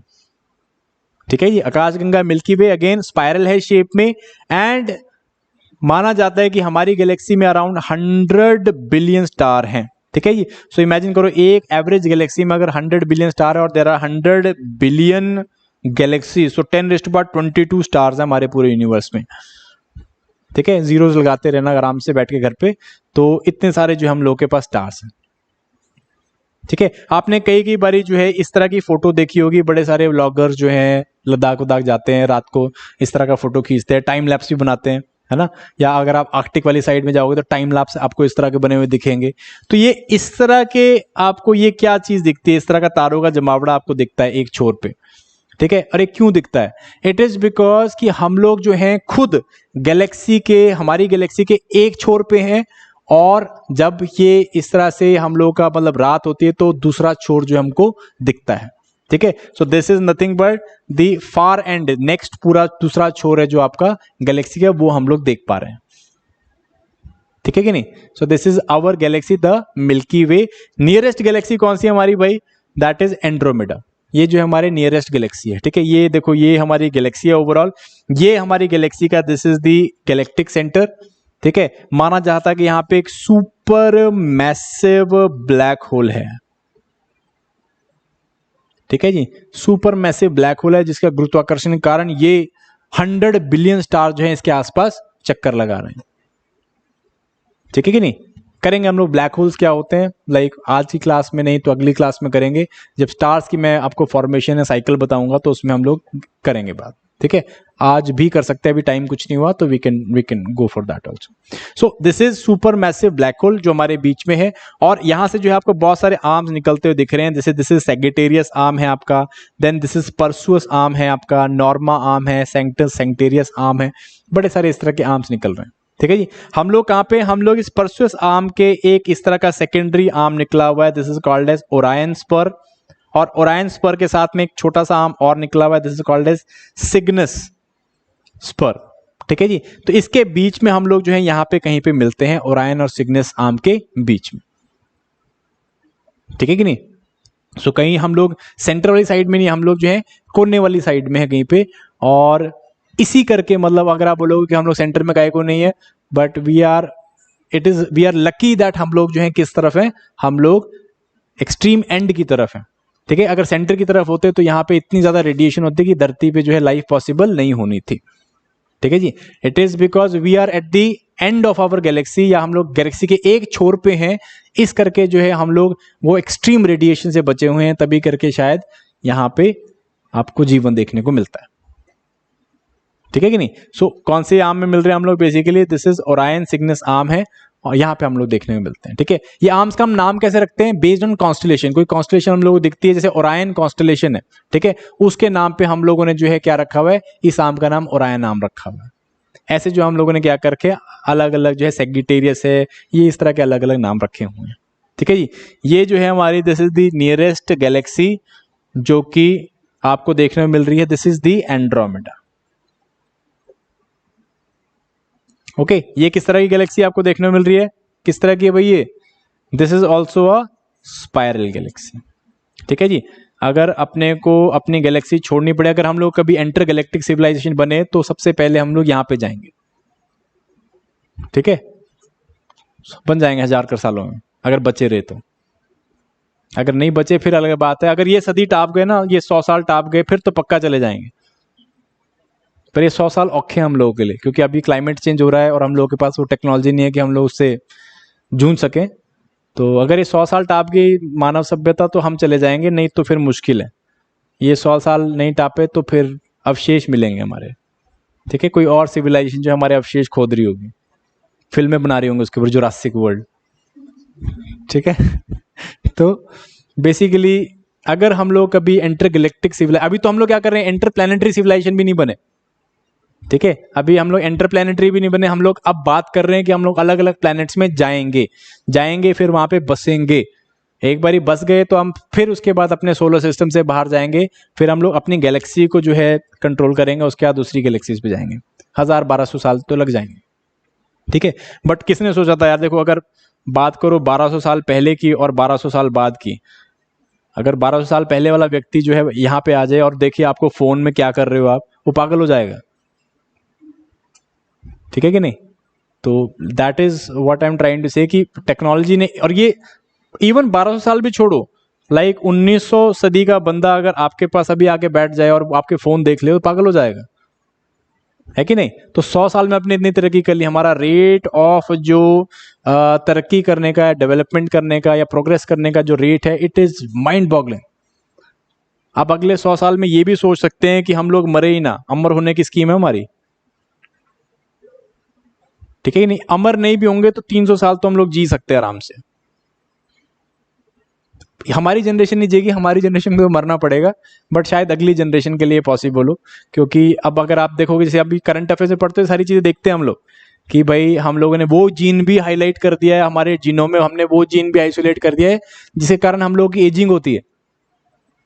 ठीक है जी, एजिंग क्यों होती है? बिकॉज हमारा हार्मोनल सिस्टम जो है, हमारा बॉडी जो, हमारे सेल जो है वो धीरे धीरे खत्म होने लग जाते हैं, है कि नहीं? तो हमें वो जीन भी मिल गया है जिसको हम लोग अगर अल्टर कर दे तो हमारी एजिंग रुक जाए या एटलीस्ट कम हो जाए। सर अभी ढूंढा है, अभी उसके ऊपर काम नहीं किया है, पर ढूंढ लिया है। ठीक है कि नहीं? सो धीरे धीरे, चिंता मत करो, अगली जनरेशन जो है वो मरेगी नहीं। यहाँ पे आपको वक्त आ गया एक छोटी सी मूवी बताने का। ठीक है जी, हम लोगों ने ये भी प्रॉमिस किया था ना कि भाई ये काम करते हुए हम लोग मूवीज बहुत सारी देखेंगे। तो मूवी का नाम है एलिसियम। देखिए मूवी एलिसियम, देखनी है पक्का? ठीक है, देखी हुई, एक ने देखी हुई है तो मूवी देखनी है हमने एलिसियम। इसमें जो है हम लोग, मैट डीमन है इसमें, मैट डीमन है। तो मैट डीमन जो है, हम लोगों ने क्या किया, धरती में रहना अब जो बड़ा डिफिकल्ट हो गया है, तो हमने अपनी धरती के आसपास में एक रिंग बना लिया, अब लोग वहां पे रह रहे हैं। और वो वहां के लोग मरते नहीं है, क्योंकि उनके पास एक मशीन है, कुछ भी खराब हो, उनका कोई भी प्रॉब्लम हो, कैंसर भी है, वो मशीन के अंदर जाओ ठीक हो जाता है कि नहीं? तो एलिसियम मूवी अगर देखनी होगी तो कभी देखना। ओके, एनीवेज, ये जो है फुल फ्लेज जो हमारी गैलेक्सी है वो है हमारा नियर बाय। इसके अलावा और बहुत सारी छोटी छोटी गैलेक्सीज हैं, ड्वार्फ गैलेक्सी जिन्हें हम लोग बोल देते हैं, जैसे सीग 1 है, या फिर सेगिटेरियस ड्वार्फ सेफोराइडल है, कैनिस मेजर है, इस तरह की ड्वार्फ गैलेक्सीज हैं। बट ये वही बात होगी, ड्वार्फ है, छोटी गैलेक्सीज हैं। अपन लोग जाएंगे तो इन गैलेक्सी में जाएंगे, एंड्रोमेडा। ठीक है, सो क्वेश्चन आता है तो near by Galaxy is Andromeda. फिर गैलेक्सी देख ली अभी हम लोगों ने, गैलेक्सीज के आगे आ जाते हैं हम लोग। नाउ इसके नीचे का यूनिट कौन सा है? कॉन्स्टलेशन है। कॉन्स्टलेशन में हम लोग कुछ नहीं देखने वाले, वो तो हम लोगों ने खुद अपने हिसाब से बना रखी है। बट मेजर जो है दैट इज स्टार। ठीक है जी, तारे। ओके, सो स्टार्स जो हैं बेसिकली मोस्ट ऑफ जो आपका यूनिवर्स का मैटर है, जितना भी हमारा मैटर है, 98% of all the universe matter is nothing but stars. जो हम लोग लाइट देख पा रहे हैं, आप मैं एक दूसरे को देख पा रहे हैं ना, लाइट है, तो वो लाइट कहां से है? वो स्टार से निकल रही है। ठीक है, ये बाहर आप लाइट देखते हो, स्टार से निकल रही है। मैटर ऑफ फैक्ट जब तक स्टार बने नहीं थे तब तक यूनिवर्स था, बट अंधेरे में था, इसे हम डार्क एज बोलते हैं। ठीक है, वो टाइम था जब यूनिवर्स उत्पत्ति तो हो गई थी बट पहला स्टार नहीं बना था। तो जब तक स्टार नहीं बना था तब तक स्टार से लाइट नहीं आ सकी थी, और तब तक जो है यूनिवर्स डार्क था। सो बेसिकली हम लोग एक दूसरे को देख पा रहे हैं, लाइट निकल के आई है। लाइट कहां से निकल गई? It is from the stars. ये वो बेसिकली एस्ट्रोनॉमिकल या सेलेस्टियल बॉडीज हैं जो क्या कर रही हैं, जो इल्यूमिनेट कर रही हैं सारे यूनिवर्स को। ठीक है जी, रोशनी है बेसिकली पूरे यूनिवर्स की। और मैटर फैक्ट सबसे ज्यादा मास या सबसे ज्यादा मैटर जो है यूनिवर्स का, वो भी इन्हीं स्टार्स के अंदर कंसंट्रेटेड है। 98% जो भी यूनिवर्स का मैटर है वो इन स्टार्स के अंदर है। मैं डार्क मैटर, एंटी मैटर की बात नहीं कर रहा हूं, वो कभी और बात करेंगे। जो हम नोन मैटर की हम लोग बात करते हैं, तो 98% is what it is in the stars only. और 2% जो है वो बाकी गैस, डस्ट या बाकी जो पार्टिकल्स हैं, बाकी एलिमेंट्स हैं, जिसके आप सब, मैं, आप सब लोग बने हुए हैं। ठीक है कि नहीं? एनीवेज, सो ये जो है बेसिकली स्टार्स बनते कैसे हैं, यू शुड नो। जो स्टार्स जो है ये दे आर फॉर्म्ड और they are formed from a gas cloud. ठीक है जी, हमारे ब्रह्मांड में इस तरह के गैस क्लाउड आपको देखने में मिलते हैं। These gas cloud are made up of hydrogen. ठीक है, मैटर ऑफ फैक्ट जो हमारा यूनिवर्स है उसमें सबसे ज्यादा जो आपको एलिमेंट देखने को मिलता है that is hydrogen. It permeates everywhere, हर जगह आपको देखने को मिलता है। ठीक है जी, बट कुछ जगहें ऐसी होती हैं हमारे यूनिवर्स में जहां पे ये हाइड्रोजन के मॉलिक्यूल जो हैं, ये हाइड्रोजन गैस जो है, ये बाकी एरिया से ज्यादा कंसंट्रेटेड होती है। ज्यादा इकट्ठे होंगे, ज्यादा टाइट होंगे, ज्यादा डेंस होगा। ज्यादा डेंस मतलब 100 to 1000 टाइम्स डेंस होगा ये एरिया। ठीक है जी, इनको हम लोग क्या बोलते हैं? इनको हम लोग नेबुले क्लाउड बोलते हैं। क्या बोलते हैं? नेबुले क्लाउड। हिंदी में पता क्या बड़े बड़े अच्छा वर्ड है इसके लिए, तारों की नर्सरी।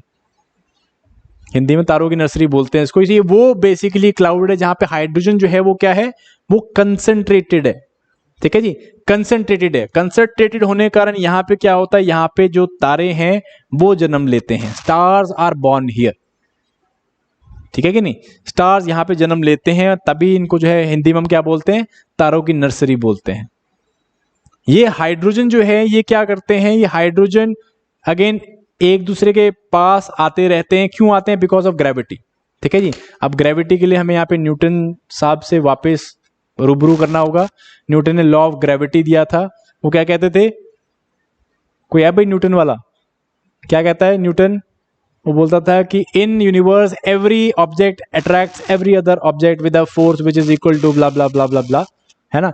तो मतलब वो ही ना कि divide by R square G, mass into mass, वो वाला नहीं करना अपने को। बस ये है कि भाई हर चीज जो है हमारे यूनिवर्स में, हर चीज हर दूसरी चीज को अट्रैक्ट करता है। ठीक है जी, आपने भी महसूस किया होगा अट्रैक्शन, है ना? सो बेसिकली हर चीज एक दूसरे को अट्रैक्ट करती है। करती कि नहीं करती? तो यही बात बोल रहे हैं। यहां पे भी क्या हो रहा है, बेसिकली हाइड्रोजन जो है वो क्या है, एक दूसरे को अट्रैक्ट करती है, और ये धीरे धीरे क्या होते हैं, एक दूसरे के क्लोज आ रही है। ये इतनी क्लोज आ जाती है, ये हाइड्रोजन के मॉलिक्यूल्स इतने क्लोज आ जाते हैं कि यहां पे टेम्परेचर और प्रेशर जो है बहुत रैपिडली बढ़ता है। ठीक है जी, जब ये टेम्परेचर अराउंड 1.5 मिलियन डिग्रीज पहुंच जाता है और प्रेशर जो है 10,000 डिग्रीज या 10,000 बार्स के ऊपर चला जाता है, तब क्या होता है, एक रिएक्शन होती है जिसे हम क्या कहते हैं, फ्यूजन। ठीक है कि नहीं? फ्यूजन रिएक्शन होती है। दैट मीन्स फ्यूजन में क्या होता है, ये जो हाइड्रोजन के मॉलिक्यूल्स हैं, ये हाइड्रोजन के मॉलिक्यूल्स ये जो है इकट्ठे होके क्या बनाते हैं, ये हीलियम बनाना स्टार्ट कर देते हैं, फ्यूज कर जाते हैं। हाइड्रोजन के मॉलिक्यूल्स इकट्ठे हो जाएंगे, फ्यूज कर जाएंगे, और इससे जो है क्या निकलेगी, बहुत ज्यादा एनर्जी निकलेगी। ठीक है कि नहीं? और यहां पे क्या होगा, यहां पे इस फ्यूजन के कारण क्या होता है, एक तारा जन्म लेता है। फ्यूज होगा, बहुत ज़्यादा एनर्जी निकलेगी, वो क्या करेगी, ये एनर्जी से फिर टेम्परेचर और राइज होगा, प्रेशर और राइज होगा, तो ये जो है वो कंडीशन इस तरह की बन जाएगी प्रेशर टेम्परेचर राइज होने की, कि बार बार जो है हाइड्रोजन के मॉलिक्यूल यहाँ पे इकट्ठे होते रहेंगे, कंबाइन होते रहेंगे, एनर्जी निकलती रहेगी और जो है स्टार जो है वो बॉर्न होगा।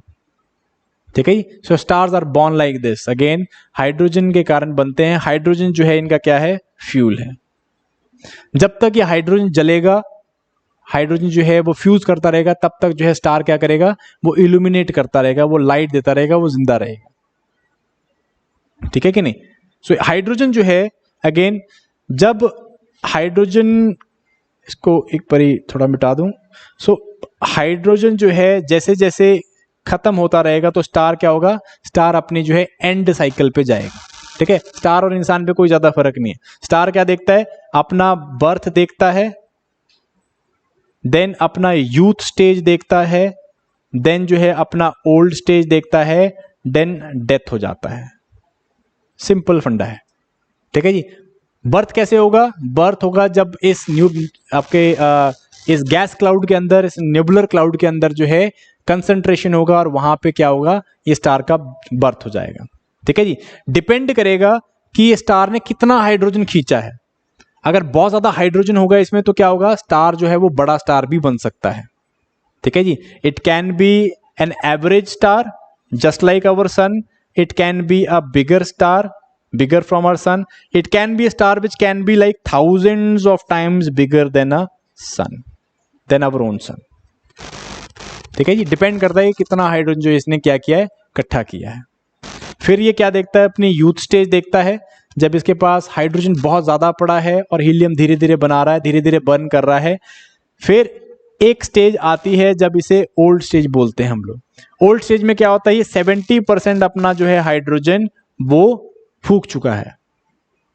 ठीक है, ये 70% फ्यूल जो है, हाइड्रोजन जो है बर्न हो चुका है।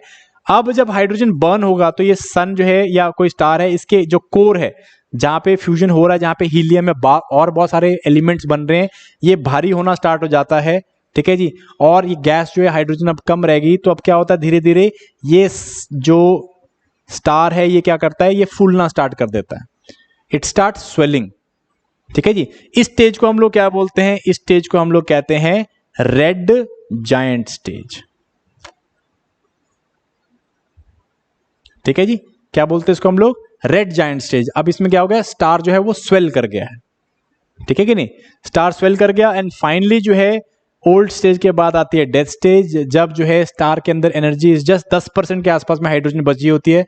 तब स्टार क्या करता है, वो अपनी सारी एनर्जी को रेडिएट कर देता है और it explodes into a supernova. ठीक है जी। सुपरनोवा पे एक्सप्लोड कर जाता है। तो ये छोटा सा पिक्चर देखो यहाँ पे, this is how a star life cycle looks like.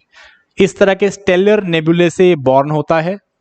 जो एवरेज स्टार होगा, छोटा स्टार होगा, जिसके पास छोटा हाइड्रोजन क्लम्प हुआ, वो एक एवरेज स्टार बनता है। देन उसके बाद जब 70% वो हाइड्रोजन उड़ा देता है तो वो एक रेड जायंट बनता है।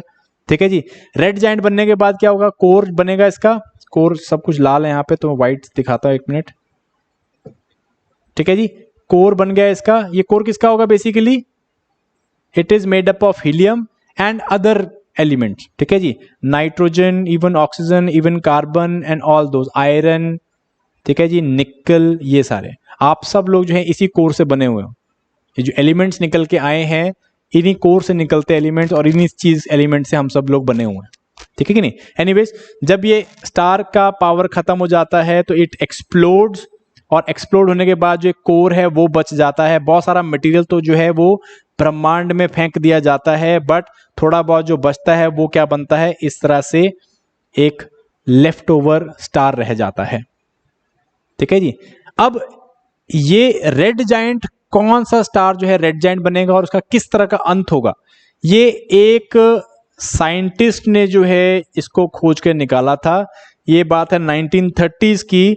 इस टाइम पे जो है स्टार की लाइफ साइकिल के ऊपर बहुत सारा इंटेलेक्चुअल डिबेट, एकेडमिक डिबेट चल रहा था, और इट वॉज वेरी डिफिकल्ट कि भाई बड़े बड़े साइंटिस्ट है जो कि ये नहीं प्रिडिक्ट कर पा रहे थे कि कोई स्टार जो है किस तरह से खत्म होगा, क्या वो इस तरह का व्हाइट ड्वार्फ बनेगा, क्या वो इस तरह का न्यूट्रॉन स्टार बनेगा, क्या वो इस तरह का ब्लैक होल बनेगा, क्या जो है किस तरह से उसकी डेथ होगी, इसको खोज निकालने वाले जो व्यक्ति थे वो एक 19 साल का व्यक्ति था। मानोगे आप?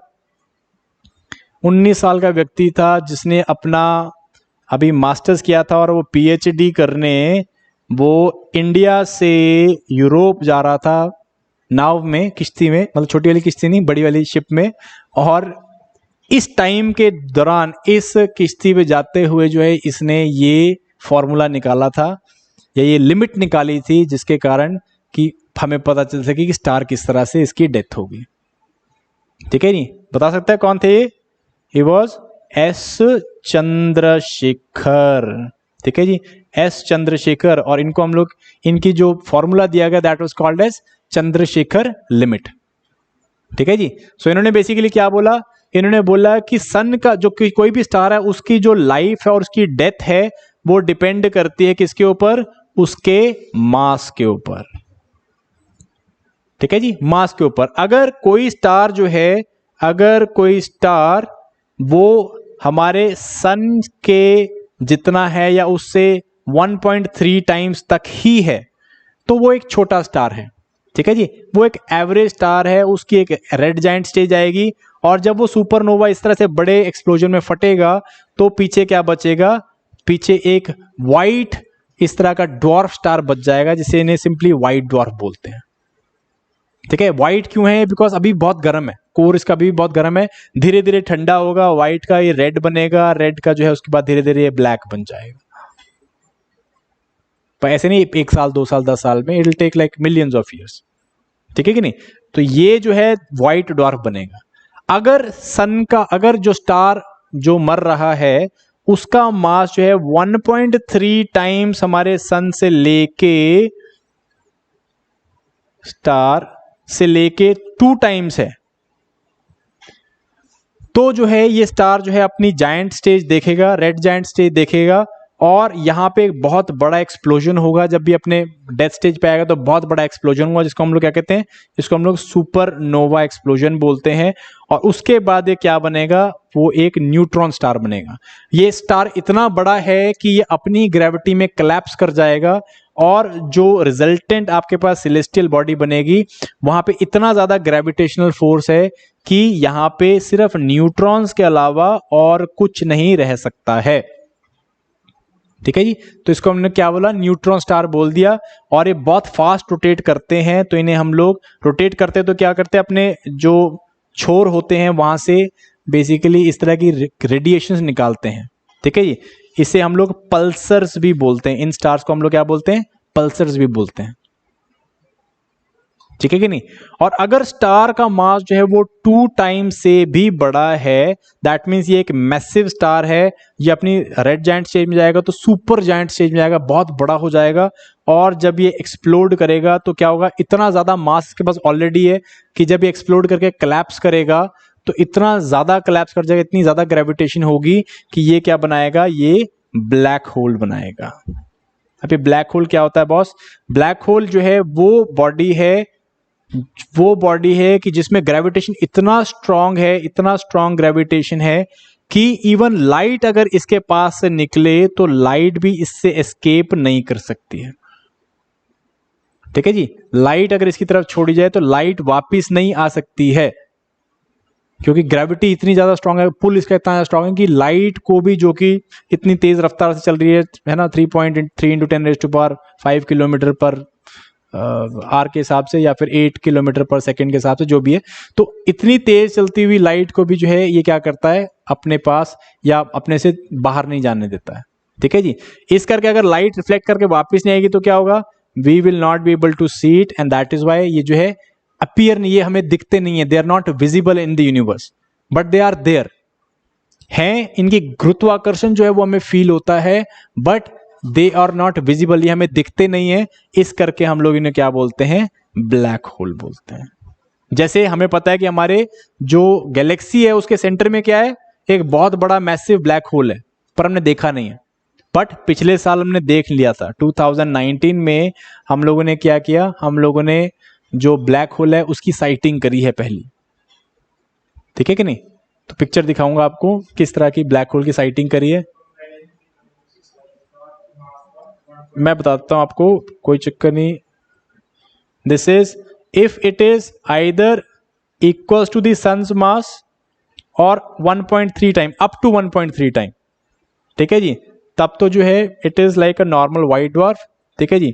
अगर ये 1.3 टाइम्स से बड़ा है बट 2 टाइम्स से छोटा है तो जो है it will end up most probably as a neutron star.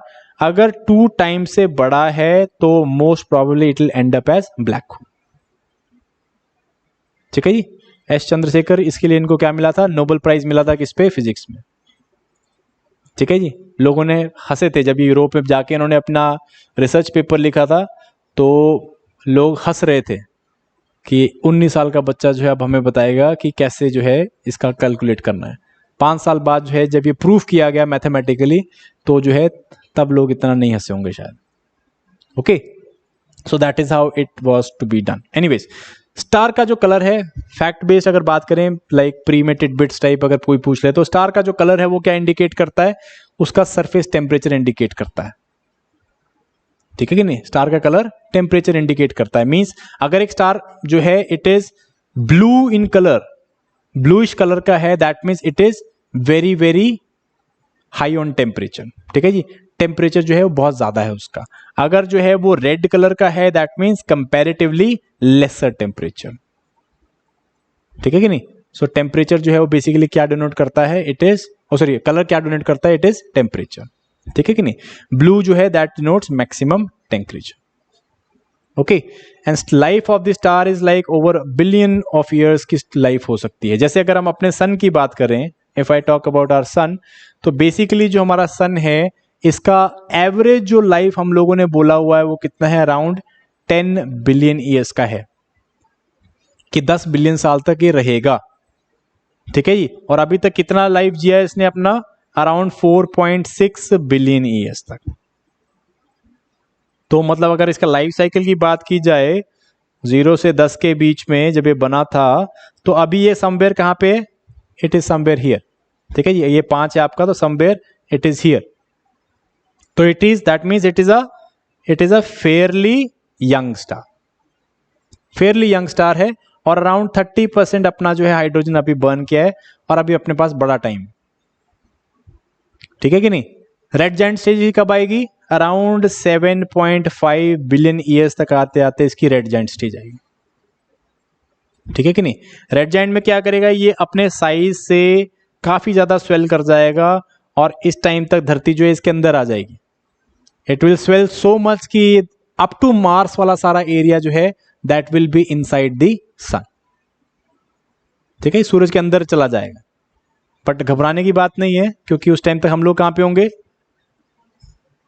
ठीक है जी। वो फिर अपनी इमेजिनेशन है, जहां मर्जी चले जाओ, है ना, एंड्रोमेडा तक चले जा सकते हैं हम लोग, मे बी उस टाइम तक अगर इतने टाइम जिंदा रह गए तो एंड्रोमेडा टाइप तो चले ही जाएंगे, ठीक है। We might become an intergalactic civilisation, ठीक है कि नहीं। एक स्केल होता है कॉल्ड एज कैडरशेव स्केल, और इसमें हम लोग जो है सिविलाइजेशन को रेट करते हैं। कैडरशेव मतलब ये, you don't need to understand this, एक स्केल होता है जिसमें हम लोग सिविलाइजेशन को रेट करते हैं, ठीक है। हो गया टाइम, वैसे विल क्लोज द लेक्चर, तो इसके आगे जो हम कल पढ़ेंगे, है ना। तो जस्ट ऐसे ही बता रहा हूँ, कैडरशेव स्केल, ये स्केल में हम लोग क्या करते हैं, सिविलाइजेशन को रेट करते हैं, ठीक है जी, बिटवीन 1, बिटवीन 2, बिटवीन 3। तो पहली सिविलाइजेशन वो होती है जो, ये basically it is based on energy, energy पे बेस की हुई है, ठीक है। टाइप 1 जो सिविलाइजेशन होती है वो क्या होती है, वो अपनी जो एनर्जी सोर्सेज हैं उसको, मतलब इतना ज्यादा अपने प्लेनेट की एनर्जी सोर्सेज को वो क्या कर चुके हैं, कंट्रोल कर चुके हैं, वो टाइप 1 सिविलाइजेशन होती है, ठीक है जी। टाइप 2 सिविलाइजेशन जो है वो क्या होती है, वो जनरली अपने जो पेरेंट स्टार है उसकी एनर्जी को कंट्रोल कर चुके हैं। और टाइप 3 सिविलाइजेशन जो है वो क्या होती है, वो अपनी गैलेक्सी की एनर्जी को कंट्रोल कर चुके हैं। Now they can move from one galaxy to another, ठीक है। तो अभी हम लोग कहाँ पे, अभी हम लोग 1 पे भी नहीं पहुंचे, अभी हम लोग 0.06 के स्केल पे बैठे हुए हैं, ठीक है नहीं। Soon we will be able to capture our planet's energy, कर ही रहे हैं हम लोग, लाइक कोल, नेचुरल गैस ये हम यूज कर रहे हैं, धीरे धीरे विंड पावर के ऊपर भी आ गए, सोलर पावर के ऊपर आ गए, धीरे धीरे हम लोगों ने क्या किया, अपने प्लेनेट की एनर्जी जो है वो कैप्चर करनी स्टार्ट करती है ना। तो इस तरह से भी will move. Type 2 is Dyson sphere, बिल्कुल जी बिल्कुल, लोग देखते हैं यहाँ पे खतरनाक साइंस देख रहे हैं। Type 2 is Dyson sphere when you will be able to अपने सन के आसपास की एनर्जी जो है वो हम लोग यूज कर पाएंगे। किस तरह से यूज करेंगे? By building a structure outside it, इस तरह के इसका स्ट्रक्चर बनाएंगे, इसको हम लोग डायसन स्फीयर बोलते हैं बेसिकली, बट वो नहीं सुनना अपने को, वो हम लोग कभी और इमेजिनेशन करेंगे। ठीक है, इतना ही बहुत है। ये देखो अभी कुछ 4500 लाइट ईयर दूर ऐसा कुछ स्टार जो है वो फटा है। ठीक है, बहुत बड़ा मैसिव स्टार फटा है, जिसके कारण इस तरह का सुपरनोवा एक्सप्लोजन हुआ, जिसकी लाइट हमें आज दिख रही है। ठीक है, 4500 लाइट ईयर्स अवे हुआ है। लाइट ईयर का मतलब क्या होता है? लाइट ईयर का मतलब है कि लाइट जो है ये बेसिकली डिस्टेंस का यूनिट है बॉस, है ना। लाइट को एक साल में लाइट कितना ट्रेवल करती है एक डिस्टेंस से बी डिस्टेंस के बीच में, इसको हम लोग लाइट ईयर बोलते हैं। एक साल में लाइट कितना ट्रेवल कर सकती है, और लाइट बहुत फास्ट ट्रेवल करती है। सन की लाइट यहां पे पहुंचने के लिए सिर्फ 8 मिनट लेती है। ठीक है, very very fast, light speed is like very very fast. ठीक है, 3 × 10⁸ मीटर पर सेकेंड ऐसे कुछ स्पीड। ठीक है, तो बहुत ज्यादा फास्ट ट्रेवल करती है। एक साल में जितना लाइट ट्रेवल करेगी उसको हम एक लाइट ईयर बोलते हैं। 4500 लाइट ईयर दूर एक स्टार फटा है, उसकी लाइट हम पे आज पहुंच रही है। इसका मतलब है कब कब फटा होगा? वो 4500 लाइट ईयर पहले फटा होगा, सॉरी 4500 साल पहले फटा होगा। समझ रहे बात को? हमें वो दिख तो रहा है कि आज हो रहा है, बट एक्चुअली कब हुआ? 4500 साल पहले। नहीं लगा पता, है ना। तो मतलब ब्रह्मांड की कई इस तरह की चीजें जो हम लोग which is out of our thoughts. ठीक है, anyways last thing, closest to our star, closest star कौन सा हमारे सोलर सिस्टम का? That is Proxima Centauri. ये जो है क्लोजेस्ट स्टार है हमारा, 4.2 लाइट ईयर्स अवे है। This is Proxima Centauri. It's a red dwarf. Can you see red dwarf? लाल दिख रहा है ना, it's a red dwarf. And बाकी जो है उसके बाद कौन सा? अल्फा सेंचुरी बी है ना, अल्फा सेंचुरी ए है। They are normal star. ठीक है, अंडरस्टूड। 4 लाइट ईयर दूर है, 4 लाइट ईयर मीन्स अगर हम लाइट की स्पीड चले तो हमें 4 साल लगेंगे यहाँ पे पहुंचने के लिए। अभी इतनी हमारे पास टेक्नोलॉजी नहीं। ठीक है, तो अभी हम लोग मार्स में पहुंच जाए वही बड़ी बात है। Anyways, so next part of it is solar system which we will be doing tomorrow, and कल जो है हम इसको खत्म करेंगे। ओके, सो लेते हैं क्वेश्चंस। हाँ भाई, किसी के पास क्वेश्चन है तो पूछो, अपने पास 5-7 मिनट पड़े हैं। You have any questions, go for it.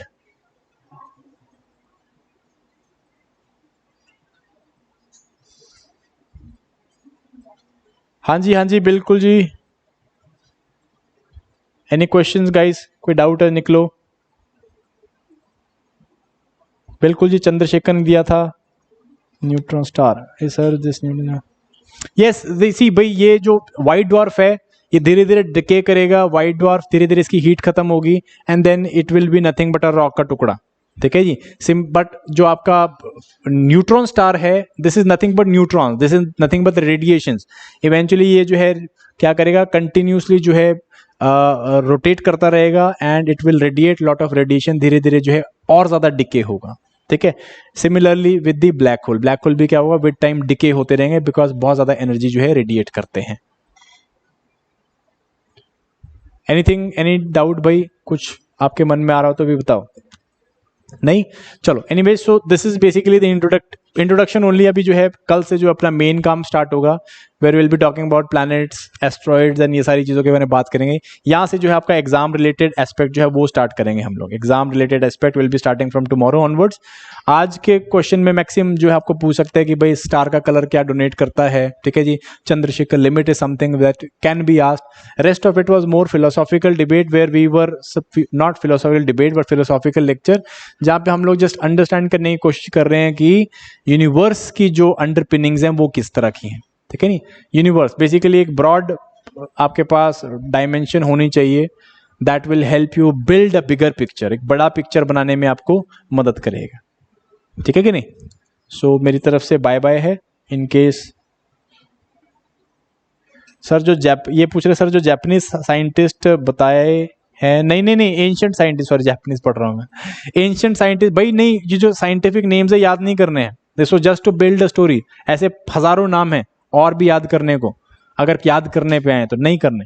जो नाम याद करने होंगे वो मैं आपको बताता रहूंगा, ठीक है कि नहीं? जो नाम याद करने होंगे वो मैं बताता रहूंगा। इसमें सिर्फ एक ही नाम याद करने का था इस पीपीटी में, वो था एरेटोस्थनीज, जो मैंने आपको बताया ही नहीं, ठीक है कि नहीं? एक ही नाम था याद करने के लिए, वो था एरेटोस्थनीज, वो मैंने आपको बताया नहीं, क्योंकि जब हम अर्थ स्टार्ट करेंगे तब हम एरेटोस्थनीज के बारे में बात करेंगे, ठीक है कि नहीं? ज्योग्राफी जो एक डिसिप्लिन जो हम आज पढ़ रहे हैं, ये शब्द जो है एरेटोस्थनीज के मुंह से निकला था। इन्होंने एक किताब लिखी थी कॉल्ड एज ज्योग्राफिका, वहां से जो है ये डिसिप्लिन का स्टार्ट हुआ है ज्योग्राफी, ठीक है जी। और ये एरिस्टाकस के कंटेम्प्ररी थे। अब एरिस्टाकस कौन था? एरिस्टाकस जिसने हीलियोसेंट्रिक थ्योरी जो है कंपाउंड करी, ठीक है, प्रोपाउंड करी, वो जो है एरिस्टाकस थे। तो मतलब वो बताना था मैंने आपको, बट मैंने बताया नहीं, कॉम्प्लेक्स हो जाता जरा, ठीक है guys. So I hope that is it for today. Doubt है तो कोई पूछ लो जी, नहीं तो मेरी तरफ से तो बंद ही है।